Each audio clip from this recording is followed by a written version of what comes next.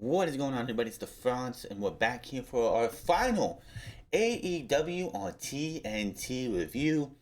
As next week it'll be AEW on TBS, as AEW on Wednesday nights is moving to TBS. This was their New Year's Smash edition, which will see us have a semifinals match in the TBS Women's Tournament. That booking was trash. We'll talk about it then. 10-man tag team, 2 trios matches. And the return of Chris Jericho, a debut of somebody else, which again was in the trashiest moment of the year, of the night, and just a couple of the things that were a little questionable, and I don't know what the point was. Well, tonight started off with the Lucha Bros, Jurassic Express, and Christian Cage versus Matt Hardy, Private Party, and the AAA Tag Team Champions FTR. Why this match is happening? Because the entire thing built around this is getting to Jurassic Express versus the Lucha Bros for the tag team titles. That was all this was for. Now, that of course meant that FTR and the Lucha Bros, Matt Hardy and Private Party were going to win this match because they were the ones who, it was pretty much just set up for that to happen. So you have yourself this tag team match, and Christian Cage, and the biggest thing about this match is that the first 5 minutes of this match, it was Jungle Boy and Christian Cage tagging in and out. I know you don't bring in Luchasaurus till the big, huge hot tag spot because that's what he's good for. But the Lucha Bros just sat there on the outside for the first 5 or so minutes of this match, and I'm just like, what the fuck is this shit? But eventually, yes, they do get in the match. Of course, Luchasaurus gets to have his big spot as well.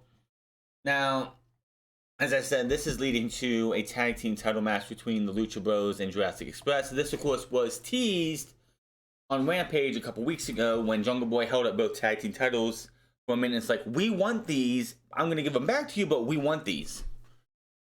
And basically, the end of the match came like this.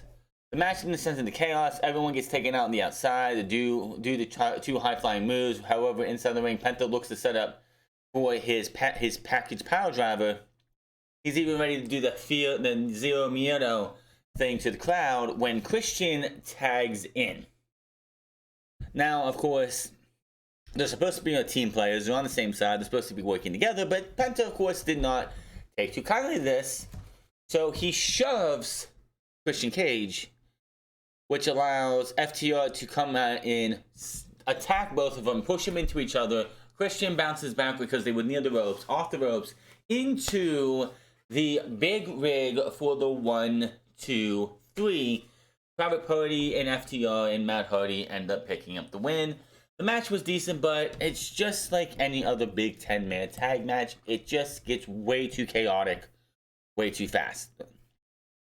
And I found it funny because during the main event, I think it was Tony Schiavone says, "Good thing you guys have there's a lenient referee in here." And I'm like, Tony, have you not been watching AEW since day one, since Double or Nothing 2019?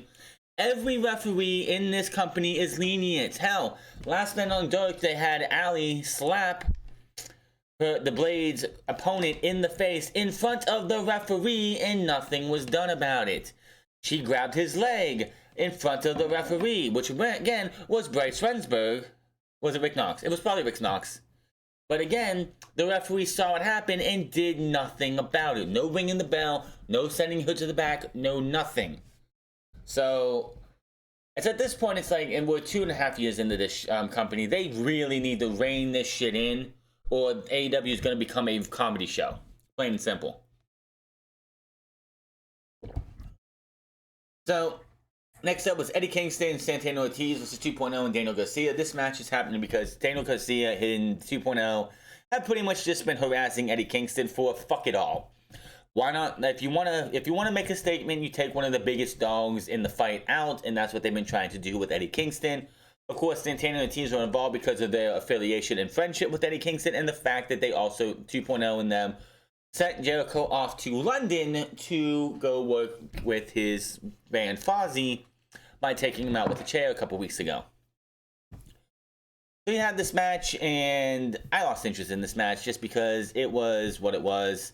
I see Santana, Ortiz got his paint job ideas from Jeff Hardy, because that's exactly what Jeff used to paint his face like. Basically, big roll-up, handful of trunks, 2.0 Daniel Garcia win again. And I'm like, really? Same lame finish as you had on Rampage 2 weeks ago.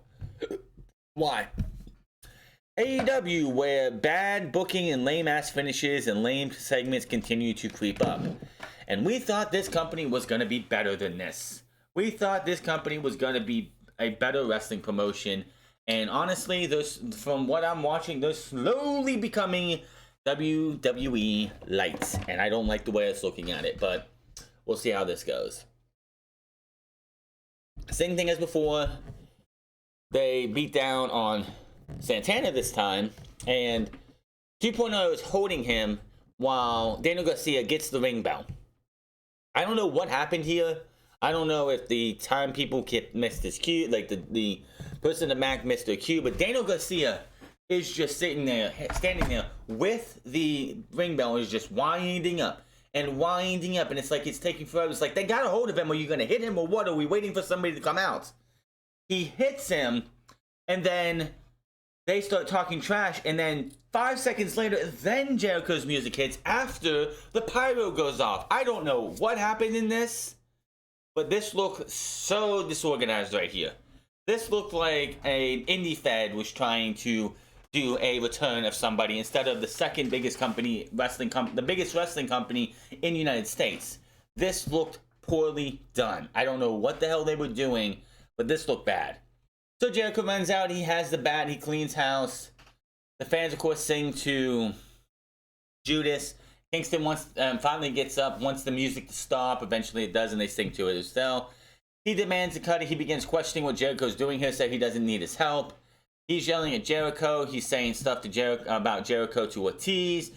Meanwhile, nobody's checking on Santana, who's rolled out of the ring and is still clutching his face. So what the fuck? So obviously, it feels like we're going to lead to an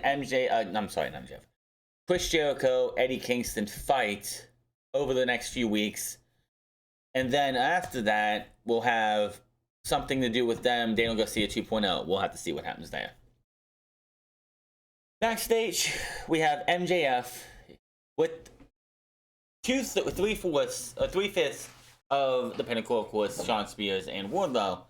And he talks about unsafe working conditions. It says he was thrown out of the ring by an untrained wrestler named Sting. Who the hell trained him? We don't know, because he wasn't. Says if he was working at a more professional company, things like this wouldn't happen. He says that is a conversation when we get closer to the bidding war of 2024.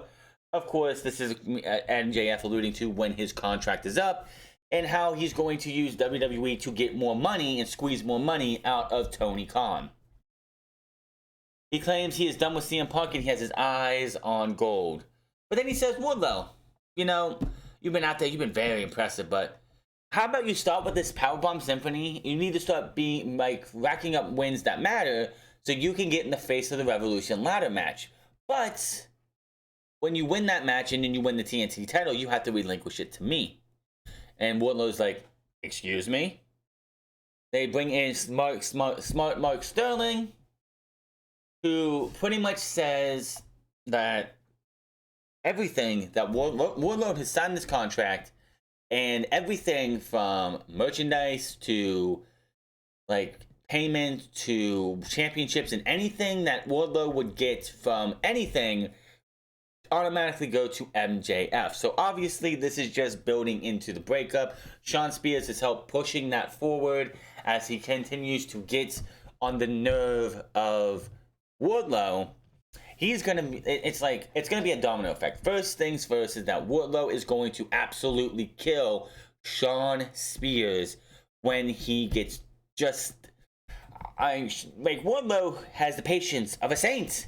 He is just letting this guy get at him and push his buttons, but he's not pushing them enough. And when he goes and pushes them one too many times, where he takes the screws and tightens them one too many times, Wardlow is going to snap. He is going to beat the brakes off of Shawn Spears. And that's when things are going to go bad for MJF. When does that all happen? Who the hell knows? The only thing it makes me wonder is, like, if they do this, they're doing the Face of the Revolution ladder match, which apparently, obviously, they were going to do that again. They did it last year, but Wardlow could be the one to take the title, the TNT title, off of Cody, and then we go from there. But I don't know. We'll see what has to happen. Maybe Wardlow comes close to winning it, but ends up losing the Face of the Revolution ladder match, and they can continue to build this. They have so many things they can do. But it's coming very, very soon. Tony Schiavone is shown backstage with the Lucha Bros, Christian appears, and with the Jurassic Express, it says they want into business for themselves. That's why they lost the match. We said, let's just stop delaying the inevitable. Next week, it's time for them to put the titles on the line against his guys. Alex Chambrante says, then he says it's supposed to be a tag team legend, but you can't even be a good partner. He then says if Jungle Boy is the future, he should consider letting go of the past. Then they accept the challenge, and that is going to be happening next Wednesday, apparently. And I'm thinking to myself, what's going on for Battle of the Belts then? We have one match at Battle of the Belts. Obviously, Hangman and Bryan is going to be on Wednesday next week. Why couldn't you put this match on Battle of the Belts? You have the women's title. Is that match going to go an hour? That would be a fucking train wreck and then some. Having Riho trying to carry that woman for fucking an hour. Please. That match should go 5 minutes at the most. Either way, I don't know what they're doing for Battle of the Belts. We got to know something next week because it's 3 days later. All I know is that this is the first Battle of the Belts coming up, and they have done a very poor job at building towards it because you're throwing. I understand they want everything. They want the first episode on TBS to be a big fucking deal. You can't get any bigger than the World Heavyweight Championship match. You don't need any other fucking title match on that card. The women's title, TNT title, and tag team titles can be defended at Battle of the Belts and leave the world title for that thing. And of course, the TBS Women's Championship will be decided on that first show. That's all you need for those big matches. Put the tag team title at Battle of the Belts. I don't understand why they are not putting it on Battle of the Belts. It just doesn't make any sense. John Spears is out here with Wardlow to take on and pretty much kill Colin Delaney. Colin Delaney goes to try and do something, eats an elbow. Big, huge, wind up clothesline, hits a powerbomb. One more time chance, gets the second one. Fans continue chanting for him. He goes for a third. Fans are into it. Wardlow's just feeding into the fans' hysteria. Hits another one. 1, 2, 3. And Wardlow picks up the win. Obviously, this face turn's been coming. It's been teased and everything. They've been teasing this on Dark for months now. When does it happen? I don't know. Of course, Sean Spears has to get his clicks in too, so he hits Colin Delaney in the back as he's coming up the ramp. So, the Super Click and Red Dragon are shown. Adam Cole says this would be the best group ever, with Matt and Nick pointing out how Kyle hasn't even said hello to them. They obviously are not too happy with the fact that Kyle O'Reilly is in AEW. They could stand Bobby Fish. But now that they have Red Dragon to deal with, and they've had wars with Red Dragon apparently, hell, what was it? Ring of Honor had a throwback thing that came on my timeline the other day about Red Dragon and talking about the Young Bucks trying to say they were the best in the world. And this is back in like 2015 or 16, something like that. And how they were actually the best in the world. So these two teams have been feuding with each other way before they went to NXT and had 3.5 great years in NXT. So he tells them all to leave so him and Cole can have some words. He even tells Bobby to do it too. He says, dude, I know this is crazy. We've had heat together, but it's all crazy and everything. This is AEW, where we could be the best, the 3 most dangerous guys in this company. While we go out there tonight, I know Bobby Fish has got my back, but I'll find out tonight if you do too. Walks away to leaving Adam Cole by himself.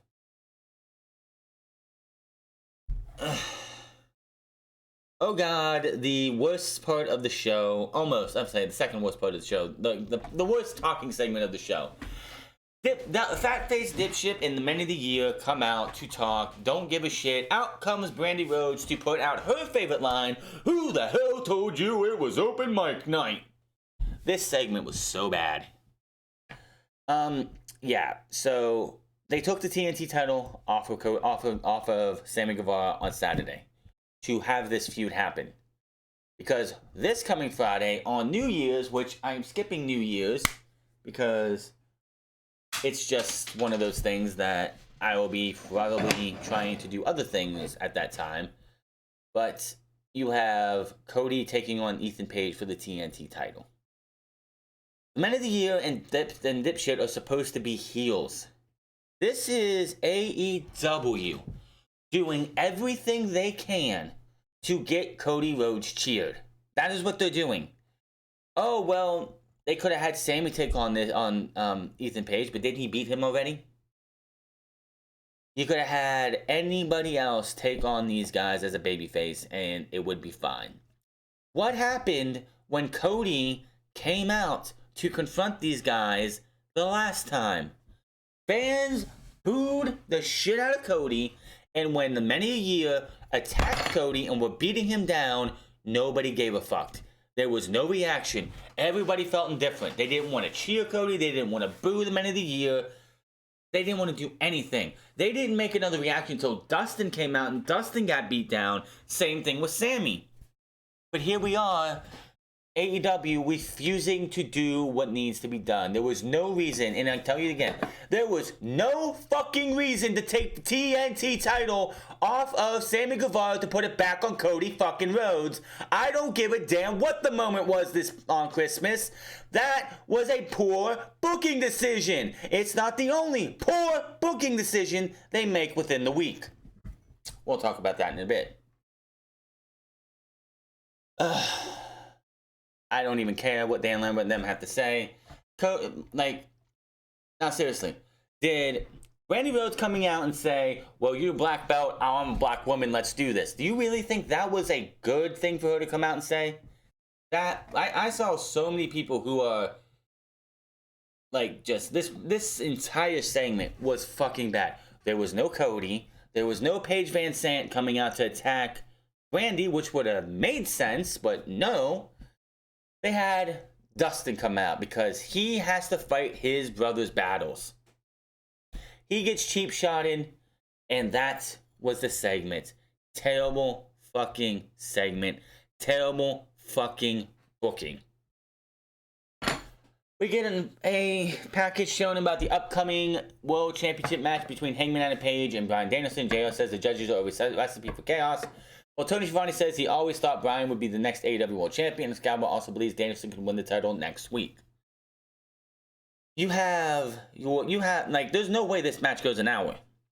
You have two world title match. You have a TBS title match, a World Tag Team title match, this match, and then apparently Malachi Black versus Brian Pillman Jr. is supposed to happen next week. They didn't announce that, but they probably will on Friday.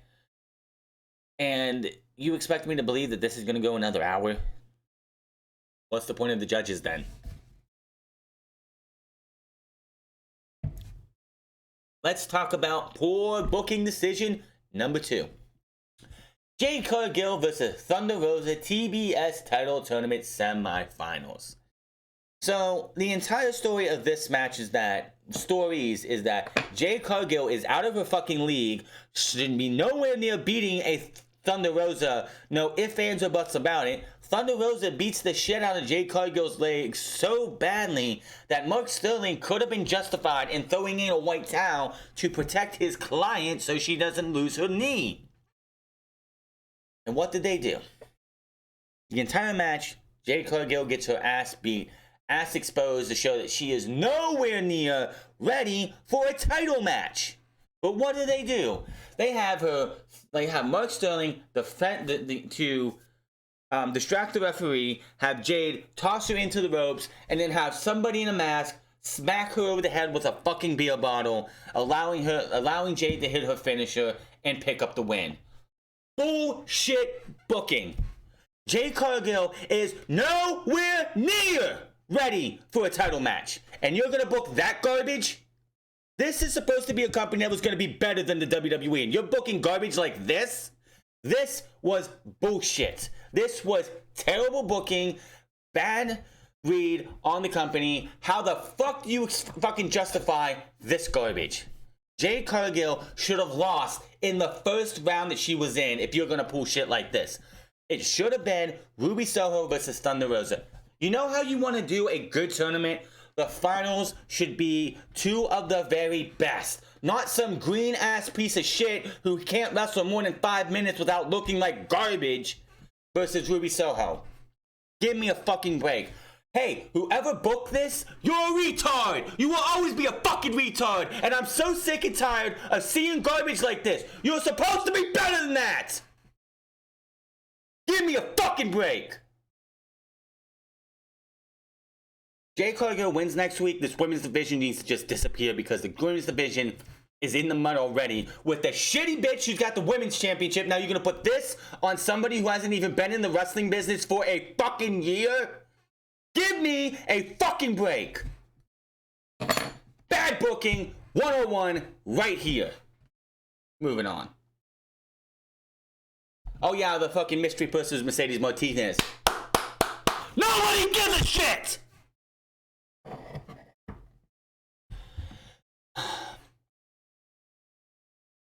So, at Battles of the Belts, we'll have the Women's Championship match. Good for that. CM Punk comes out. It's his first time in Daily's Place. Good for him. I don't really give a shit. It's just another fucking segment.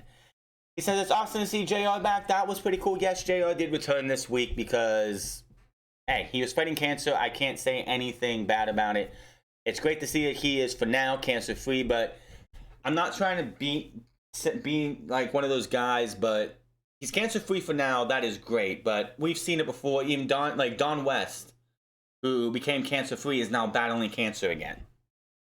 It's definitely not something that I would ever want to see anybody go through it. I hope he stays cancer-free and can do this for as long as he wants to. But I'm just being realistic. It's like, he's cancer-free for now. We should celebrate that, but don't be shocked if one day it's that he gets cancer back. It's just, it happens. Especially in somebody his age or higher. He says he will always give people their flowers. Now he's placed his home for AEW, and it gets him thinking about Brody Lee. Says that there was anybody who has said something to try and minimize the impact he made, that means they never met him. I can't disagree with that. Says he watched a tribute show for his friend and said it made him want to come here. This makes me think about how someone who isn't worth his time, and that's MJF. He's a Twitter troll in the flesh. But he hides behind Dax and Cash like last week. He is fine if MJF says he's done with him and but he's because I got the team with Sting and Darby. Good for me. Claims he wants to be champion too. He says being here in Daily's Place, there is bigger and brighter things on the horizon for him. He says MJF is the biggest waste of money, of con money, than Tim Tebow. That got a reaction. I would have went with Urban Meyer. But, you know, because of the controversy with Urban Meyer, that would have been much more funnier. Punk says MJF found out the hard way that on the mic, in the ring, and on commentary, nobody can touch him. That was his lines from the pipe bomb, actually, too. He says it's a real shame if somebody messed up MJF's quest for gold. So, that obviously, this isn't done. They're just, obviously, they want this match to be for the March pay-per-view, Revolution, and we got 2 months to go. We don't want to pull. We want to delay this as much as possible. Stretch it out. Get as much time between now and Revolution as you can. Eventually, MJF is gonna stick Wardlow on CM Punk. When that happens, who knows? But I see them picking this up for sure. Probably end of January, beginning of February. But we'll have to wait and see. Ricky Starks in the back says ever since Dante got involved with Leo, things haven't gone as well for him. Paul Hobbs then questions if he really wants to go second round with him. When that happens, no. Sam Guevara then appears with the cards. It recaps his time as TNT champion, how he has a resolution, which is to beat the American Nightmare, become TNT champion again. Yeah, I doubt it. Hikaru Shida is then shown in the video package. She tells Serena Deeb to stop whining and make excuses, and she can have another rematch. Just ask for it. Brian Pillman Jr. in the middle of the ring with Tony Schiavone. He says, last week his brother walked into the House of Black. He admits to not having much memory from that night, but he won't forget the bell ringing while Malachi tried to end Griff's career. But when he got up, things got fuzzy and his memory goes black. See what he did there? And he was lying as he was then laying on the ground himself. He says now it is his turn to take a trip to the House of Black. However, he won't budge down the door. He says he's learned from his father, you only get one life, and I'm not giving you mine. I promise to be a new man next week. Out go the lights. Black appears. What was this? Black appears, takes his deer head off, pulls his cloak, his scarf down, points at the ring. Lights go back out. Lights come back on. Clearly, I don't know if they should have shot this the way they did, but it was supposed to look like Malachi just evaporated and disappeared. And I'm sure that's what it looked like when you were in the arena. But at home, we could clearly see Malachi was still turning around and walking away. It looked pretty bad. I don't know why they didn't wait a few more seconds, but that's what they did. So, Adam Cole, Bobby Fish, Kyle O'Reilly, and Orange Cassidy versus Orange Cassidy and the Best Friends. This is, of course, Kyle O'Reilly's debut, and, of course, the first match with the original Undisputed Era, which got a huge Undisputed chant for the beginning of this match. So, I also had to say, when Red Dragon was making the entrance, they walked onto the stage, we saw the beautiful Red Dragon Titantron, where it had this big CGI looking thing with the red dragon blowing fire, and then the word Red Dragon came up all in one word. That was just a thing of beauty. I thought that was awesome. Can't wait to see these guys actually mixing it up in the tag team division. Kyle O'Reilly starts the match with Chuck Taylor. He takes him down with a knee strike as Trent Beretta tags in. Match goes back and forth. Cassidy does his usual shtick. Adam Cole really doesn't like Orange Cassidy having his hands in his pocket, because he does put his hands in his pocket. Referee gets distracted, and Cole comes in and just levels this man. Like, I know not everyone likes Orange Cassidy's hands in his pockets, but I didn't think they'd go that far.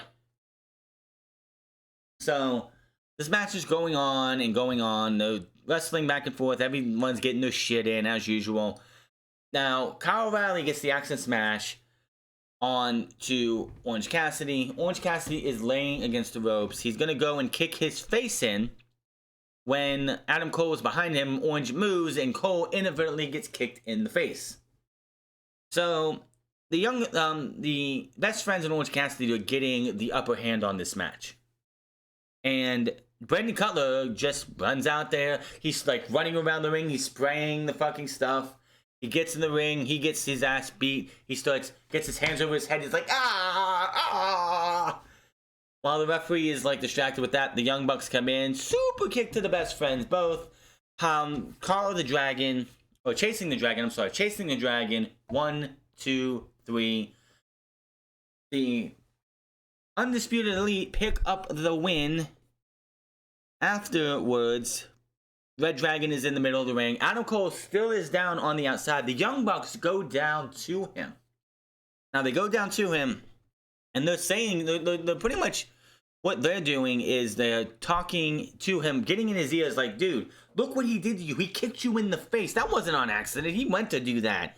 He's only here for himself and his buddy. They get Adam Cole up the stairs onto the ramp. They're yelling at Kyle and Bobby for letting this happen to their friend Adam Cole. And the show goes off the air, where we see dissension between Adam Cole, between the Young Bucks. It's just gonna, if this is the biggest thing I wonder, is when is Kenny Omega coming back? Because Kenny Omega feels like he is a key part to this. Because quite clearly, it should be the Elite versus the Undisputed Elite. I'm calling them the Undisputed Elite till they come up with a fucking name for them. But it's definitely what it looks like we're going to, but we don't know when Kenny Omega's coming back. Kenny Omega might not be back till around Revolution. He had shoulder surgery. He had I think a knee surgery. I think other type of surgeries too. He's just had a full body workover to get himself healed up and everything ready to go when he can come back. It just feels like this feud that's gonna this thing that's going on is that Kenny Omega's gonna come back and the Young Bucks are gonna get absolutely killed by the Undisputed Elite. They're gonna get killed, left for dead. These guys are gonna be the three big time heels in AEW, usurping the Elite. The Elite are all gonna be baby faces again, and we're gonna get a feud going into probably Double or Nothing. That's when I think this is gonna go. We're gonna get a feud going into Double or Nothing. That is gonna be Cole, Fish, and O'Reilly versus Omega and the Bucks. That's where I think we're going with this. Who knows? There's a lot of things can happen between now and then. Brody King's coming in eventually. Killer Cross could be coming in. Keith Lee could be coming in. That could change everything that happens in AEW. This is the biggest thing. They need to get their booking out of their asses because of the stupid shit that they've been pulling and actually be the alternative they said they were going to be and not be WWE Light. I get why they did the shitty finish they did for Jade Cargill. You want to protect her. You don't want her to lose. You don't want her to get pinned or submitted. There's a real easy solution to that. The whole story of the match was Jade's knee was compromised. Thunder Rosa had an unrelenting assault on that knee. She got her in the figure four. Jade, of course, got to the ropes. What if Thunder Rosa gets her in a half Boston Crab and is yanking backwards to so far, but Jade can't get her arm around her to get her off. She's screaming in pain. She looks like she's gonna tap. And Mark Sterling throws in the towel. That's all you needed to do. Jade doesn't get pinned. She suffers her first loss, but it's not by pinfall or submission. You protect her. That's what you wanted. That's why you did this shitty finish, is because you wanted to protect her. And you save the Mercedes Martinez debut for a later time. You have between now and Revolution, which is where you should have the Thunder Rosa win the Women's Championship. Mercedes Martinez, on her own, quote unquote, on her own, screws Thunder Rosa in the finals, unbeknownst to everybody in the ring, from the referee, who should be Aubrey Edwards, and Ruby Soho, who's also in there. All those two women are down. Thunder Rosa gets laid out. Ruby Soho gets up, doesn't realize what happened, puts her arm over, goes over and grabs Thunder Rosa and wins by some way or another, and is none to the wiser what happened. And then later it's found out that Mark Sterling hired Mercedes Martinez to take out Thunder Rosa, and you continue the feud into February, where you have maybe some February, where maybe you have some special episode on TBS, like a beach break or something like that, and you have Thunder Rosa versus Jade Cargill one last time, and whatever else. But there was way better things they could have did to protect Jade Cargill than to have Thunder Rosa get screwed like that. That is bad fucking booking. Whoever thought that was a good idea needs to stop booking wrestling, period. You're turning people off. Your women's championship has been in the mud for almost a year now. The TBS championship is already off to a bad start if you put it on this fucking person who should be nowhere near a championship match. Did you watch the match? I know Thunder Rosa did the best carry job she could fucking do in that match, but it still doesn't change the fact that Jade Cargill is not ready. She is not ready to be in a title match. She is not ready to be a champion. Maybe 2-3 years from now, she could be ready for a championship, but not now. This would be like giving Marco Stunt the World Heavyweight Championship. By the way, where he's at, don't know, don't care. It's like everyone loves Hook. Everybody loves the way Hook is being booked right now. But it'd be like Hook came on to Rampage this coming Friday and beat Cody for the TNT Championship. yes, it would probably get a big pop for the moment. But after that, people would look at it and be like, why did they give him the title? He doesn't need it yet. It's too early. There's no way Hook should be champion. He just started. Why are you even pushing this woman to that thing? First off, she should not be 20-something and 0. There is nothing wrong with her having a struggling first year. Why are you trying to make us think that this woman is so fucking dominant when all she's done is been on Dark and Dark Elevation 95% of her matches and have won in 2.5 minutes with talents that are not going to help her elevate her? This was the longest match she has been in since her first match with Cody and Shaq in Red Velvet. And this match was all Thunder Rosa. Jade Cargill is not ready, and if she wins that match on fucking Wednesday, you might as well kiss this women's division goodbye. It'll never be worth a damn.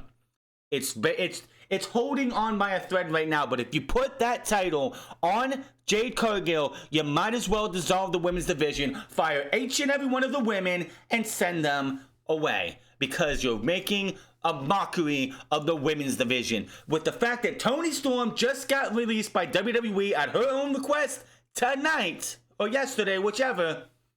And you could possibly have Athena, Toni Storm, and who else? There's another one.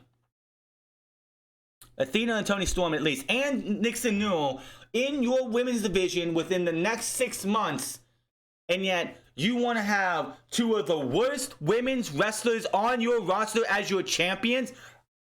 A certain content creator on YouTube, on this platform, said, if you are a champion, you are the best. You are the best of your division. Explain to me why Jade Cargill should be the women's champion when she's nowhere close to even ready to being the best. Why is the Faker the fucking women's champion when she's nowhere close to the best? So how are these two women even put on such a pedestal by fucking dumbasses who think they know what the fuck they're talking about? Jade Cargill should have lost tonight. Is easy to book a way out of it. I know they didn't want to pin her. I know they didn't want her to submit because you want it to be a big fucking deal when she loses. Why didn't you have Mark Sterling throw in the towel? Seriously. It would have protected her and nobody would have thought, oh, well, they hurt Jade Cargill. No. It would have been like, wow, he threw in the towel. Clearly they want to protect her, but she's not ready for the championship title match. There is no fucking reason Jade Cargill should be in the finals. I understand that Thunder Rosa is clearly the next AEW Women's Champion at Revolution. Next week is your biggest night in this time slot since you made your debut in 2019 because you're moving over to TBS. You got a world title and a tag team title. Why the tag team title match is not on Battle of the Belts, I couldn't fucking tell you. But you do need to have big matches on this first night. And you go with Jade Cargill versus Ruby Soho. No disrespect to Ruby. She's perfect. She is fine for this match. You go with Jade Cargill over Thunder Rosa, who comes out to the biggest pops in the women's division, is the most over in the women's division. You don't want to have that as your biggest match on the first night on TBS? Are you out of your fucking mind? This just boggles my mind how stupid they are in the back. Tony Khan needs to get his head out of his fucking ass, or whoever's ass he is in, thinking this is the best match you could produce for this women's tournament. It was real simple. Thunder Rosa, Ruby Soho, one-on-one. The history is already there because Thunder Rosa and Ruby Soho were the final two in the Casino Battle Royal at All Out. You could have built off of that. That Ruby was the one who got the one-up last time. Thunder wants her revenge. Thunder wants that makes it personal for Thunder Rosa. But no, we got to go with Jade Cargill because she's the most dominant force in the women's division. She's undefeated. Fuck that bullshit. Have them throw the towel in, save the Mercedes Martinez debut for another time. This was not the time to do it. Shitty booking, shitty debut, dumbass fucking Tony Khan. Tony is supposed to be this great fucking genius of professional wrestling. Bullshit. Every fucking time he does something good for the company, he does 20 fucking steps that are fucking stupid. Cody winning the TNT title should have never happened. Thunder Rosa losing to Jade Cargill should have never happened. Just bad booking all around. And that is what AEW is turning into, a lot of bad booking. The bad booking just continues to grow and roll up. Nobody's perfect, I understand that. But I'm just seeing more and more bad booking, more and more WWE type booking that we don't need to see. And eventually it just feels like this is going to become WWE Light, like everything else becomes WWE Light. If you can't beat them, you join them. That's what it feels like we're going down this hill for. AEW, get your shit together. That was fucking stupid. But that is your AEW on TNT review, the final AEW on TNT review. I will be back here on Monday. Nothing going on Friday. Friday for SmackDown is a year in review. On FS1, I could care less. I don't give a fuck about year in review shows. And it's just not going to get me out of my comfort zone to be able to go do a fucking Rampage review. I'll be back on Monday, Wednesday, and Friday on next year. See you in 2022. Everyone have a good new year, and I'll see you guys later.